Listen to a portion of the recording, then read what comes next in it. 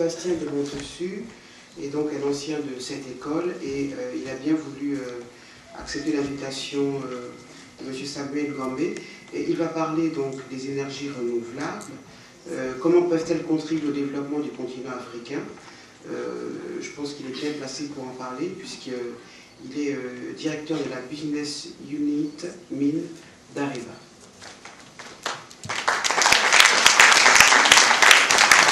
Bonjour à tous. Ce que je trouve passionnant, c'est la qualité du débat.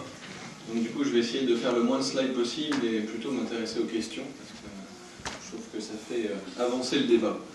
Alors juste pour me présenter très rapidement, tout d'abord dire merci à Samuel, parce que j'ai quitté cette école il y a un peu moins de 10 ans, promotion 99.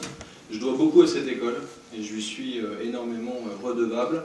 J'ai été président du club voile et représentant des élèves au conseil de l'école. J'ai été très impliqué dans cette école. À plusieurs reprises, le SCP m'a d'ailleurs demandé de venir donner des cours. Je n'ai jamais trouvé le temps et c'est Samuel qui m'a donné la première occasion d'y revenir depuis 10 ans à travers le thème qu'il a voulu aborder ce soir, le développement de l'Afrique, thème qui m'est cher puisque je suis quasiment né en Afrique, j'ai passé mon enfance en Afrique et je suis aujourd'hui, à 34 ans, je dirige l'ensemble des activités minières du groupe Areva qui est actif à la fois dans le domaine de l'uranium, l'extraction d'uranium et les mines d'or. 2 tiers de mon activité est aujourd'hui en Afrique, donc j'y suis très présent.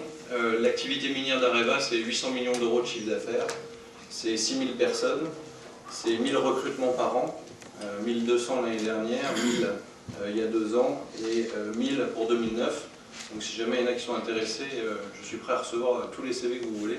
En ce moment, la crise, je ne vais pas dire qu'on ne connaît pas, mais nous sommes dans une phase de croissance, comme vous l'avez probablement entendu, sur le nucléaire, qui fait que nous investissons massivement dans nos ressources. Alors, quel est le point commun avec Obama? Se poser la question, quel est le point commun avec Obama? Ben, je crois que le plus simple, c'est de dire qu'Obama a suscité un espoir de développement particulièrement harmonieux pour l'Afrique. Et c'est avant tout, je crois, le symbole de la personne qui doit nous attirer, plus que les actions concrètes, comme on a pu le voir, qui seront menées par Barack Obama sur l'Afrique. Et Areva s'engage depuis 40 ans et a décidé il y a quelques années d'accélérer son engagement dans le développement de l'Afrique, un développement durable et respectueux.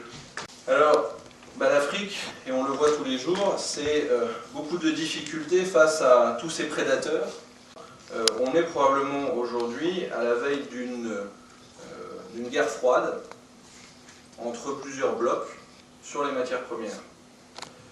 Et bien sûr, au milieu, il y a des victimes. Et donc l'objectif, c'est de faire en sorte que l'Afrique ne soit pas victime de cette guerre et puisse bénéficier au mieux de ses ressources qui sont les siennes. Il faut savoir qu'en l'espace de 7 ans, la Russie a remboursé l'intégralité de sa dette. La Russie, aujourd'hui, 0 dette, grâce au pétrole, grâce au gaz. On peut se demander si l'Afrique est dans la même situation grâce à son pétrole et ses matières premières. Alors il y a certes le pétrole, mais il faut préparer l'après-pétrole, et l'après-pétrole, c'est toutes les autres ressources énergétiques, c'est le gaz, mais c'est aussi les matières premières, les métaux, et l'Afrique est particulièrement riche de tous ces métaux. L'Afrique est au cœur aujourd'hui de toutes les batailles sur le contrôle des ressources naturelles. Chaque fois que le prix d'un minerai s'envole, une guerre civile éclate en Afrique. L'industrie de l'extraction minière et des ressources naturelles est à la base contrôlée par les États. Et il ne faut pas l'oublier. C'est les États qui donnent des licences d'exploitation. C'est l'État qui contrôle les ressources. Et donc la frayeur de toute société ou de tout pays qui vient investir dans un pays africain par exemple qui détient des ressources, c'est de devoir dénoncer les contrats sur la base duquel il fait ses investissements. Mais donc c'est bien les États, il ne faut pas se leurrer, c'est les États qui contrôlent les ressources et qui décident de l'utilisation et du mode d'utilisation de ces ressources. Quand vous devez investir plusieurs centaines de millions d'euros, parfois 1 milliard d'euros dans un pays, vous ne pouvez le faire qu'à partir du moment où vous avez en face de vous un partenaire. Et un partenaire crédible dans la durée, que vous êtes assuré que le pays est suffisamment stable pour pouvoir investir cet argent nécessaire au développement du pays et faire en sorte que votre investissement soit un investissement partagé.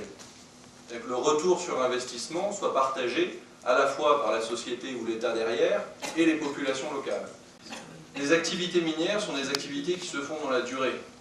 Pour développer un gisement, quels que soient les métaux, il faut parfois entre 15 ans et 20 ans.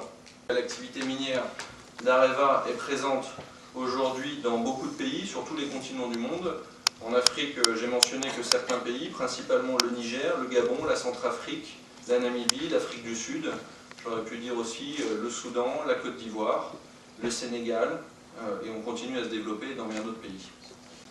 Au total, sur l'Afrique, pour vous donner un ordre de grandeur, c'est 3,5 milliards d'euros que nous projetons d'investir entre 2009 et 2011 en Afrique sur différents projets. Alors, un point fondamental, c'est, comme je le mentionnais tout à l'heure, c'est le développement durable et l'accompagnement sociétal. Alors, on peut donner un exemple avec quelques photos. Certains pourraient croire, et je tiens à les dissuader tout de suite, que cette présentation et ces jolies photos pourraient être uniquement à caractère de communication externe. Ce n'est pas le cas. La plupart de nos investissements sont faits avec le souci d'intégrer et de s'intégrer auprès des populations locales. Et c'est fondamental. Donc tout ça pour dire que Areva a une tradition de responsabilité sociale très forte et que nous croyons fortement que c'est la seule façon de pouvoir continuer un développement sain dans les pays, encore une fois, qui sont propriétaires de leurs ressources. Nous ne sommes pas propriétaires de ces ressources. Nous avons la responsabilité de développer ces ressources pour le compte de la société et le compte du pays. Alors, je passe pour aller directement à la conclusion et puis surtout bénéficier de l'ensemble des questions et d'un débat que j'espère houleux. Tout d'abord pour dire, et les renouvelables dans tout ça, eh bien, mon cher Samuel, au risque d'être un petit peu provocateur, je crois qu'il ne faut pas attendre des renouvelables le développement de l'Afrique. Je crois que c'est important. Je discutais il y a 3 semaines avec le ministre de l'énergie indien qui m'a dit « Vous les Occidentaux, vous vous êtes développés grâce au charbon et au pétrole et vous voudriez que nous, maintenant, les Chinois, les Indiens et tous les pays en développement, on se développe à base d'éolien et de solaire. » Je crois qu'il faut être réaliste.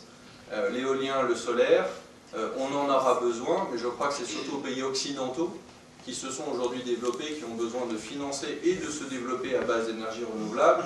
On ne peut pas demander, je dirais, aux États qui sont en phase de développement de passer directement à la 4e révolution, la révolution des renouvelables, à un coût qui aujourd'hui pénaliserait leur propre développement.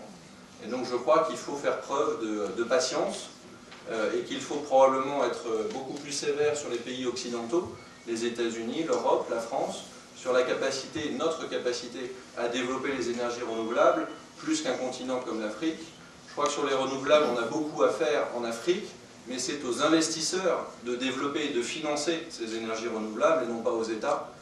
Je pense en particulier à la biomasse, je pense au solaire.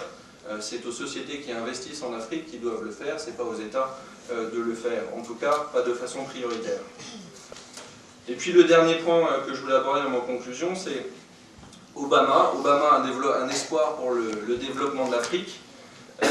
Comme certains l'ont dit, ce n'est pas Dieu, ce n'est pas un surhomme, et malheureusement il n'est que président des États-Unis. Donc il va lui falloir encore beaucoup de chemin pour aller développer lui-même l'Afrique. Par contre, ce à quoi je crois beaucoup, c'est l'espoir qu'il a suscité. Et en fait, ce que j'espère, c'est que l'éthique et les valeurs qu'il porte, et je crois que c'est surtout ça dans lequel on a besoin de se retrouver, l'éthique et les valeurs qu'Obama représente puissent servir au développement de l'Afrique. Et faire en sorte que l'ensemble des sociétés qui investissent en Afrique, que l'ensemble des États qui ont vocation à développer les pays africains s'inspirent de cette éthique pour pouvoir développer au mieux la chance pour tous. Tout le monde est égaux. L'Afrique a le droit de réussir. Chacun des pays africains a le droit de réussir. Et je crois que c'est ça le symbole Obama. À nous de l'aider, comme le disait tout à l'heure quelqu'un, c'est à nous de l'aider, c'est à nous de faire en sorte que les investissements et le travail qu'on fait tous les jours permettent à ce continent, à ces pays de se développer. Et c'est comme ça qu'on y arrivera, et j'en suis sûr qu'on y arrivera. Merci.